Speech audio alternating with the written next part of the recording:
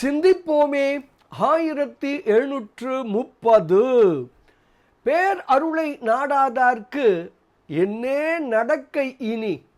தாய்மான சுவாமிகள் விளக்குகிறார். யமனை உதைத்தவன் அவன், மன்மதனை எரித்தவன் அவன்.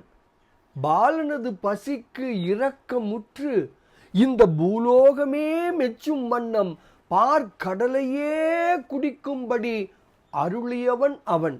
அப்படிப்பட்ட அந்த முதல்வனது திருவருளை விரும்பாதவர்களுக்கு இனி என்ன நடக்கும்? ஒரு நலமும் விளையாது. இப்படியாக திருவருளை நாடுவோர் பேரின்பம் நுகர்வர் என்று விளக்குகிறார் தாய்மான சுவாமிகள். பாடலை காணலாமே. காலந்தனை உதைத்தான், காமந்தனை எரித்தான், பாலன் பசிக்கு இறங்கி பார்க்கடலை ஞாலம் மெச்ச பின்னே நடக்க விட்டான். பேர் அருளை நாடாதார்க்கு என்னே நடக்கை இனி என்று தாய்மான சுவாமிகள் தனது உடல் பொய்யுறவு எனும் பாடல் பகுதியில் 43வது திருப்பாடலில் மிக அழகாக விளக்குகிறார்.